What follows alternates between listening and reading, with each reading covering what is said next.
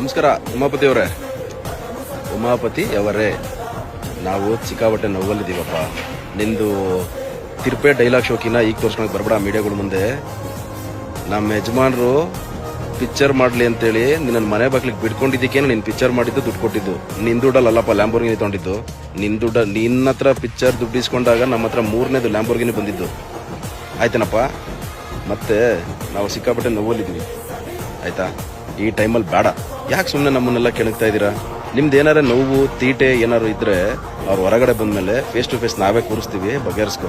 Media ಮುಂದೆ ಮಾತಾಡಬೇಕಾದ್ರೆ ನೀನೊಬ್ಬ ಪ್ರಜ್ಞಾವಂತ ಇದೆಯಾ. ಮೀಡಿಯಾ ಮುಂದೆ ಮಾತಾಡಬೇಕಾದ್ರೆ ಬಳಸುವಂಥ ಮಾತುಗಳನ್ನ ಸ್ವಲ್ಪ ನೋಡ್ಕೊಂಡು ಮಾತಾಡಿ. Sir, Umapathi sir. ಮತ್ತೆ ಪ್ರಥಮ್, ಏನಪ್ಪ ಹೀರೋ, ಸುಪ್ರೀಂ ಹೀರೋನಾ ನೀನು? ಬರ್ತಾ ಇದ್ದೀನಿ ಮೂವಿ. ನಮ್ಮನ್ನ ಸ್ಟೇಷನ್ ಮುಂದೆ ಲಾಠಿ ತಂದು ಹೊಡಿತೀಯಾ? ನಮ್ಮ ಅಪ್ಪ ಅಮ್ಮಗಳಿಗೆ ಅನ್ನ ಹಾಕು ಅಂತ ಹೇಳ್ತೀಯ ಲೇ.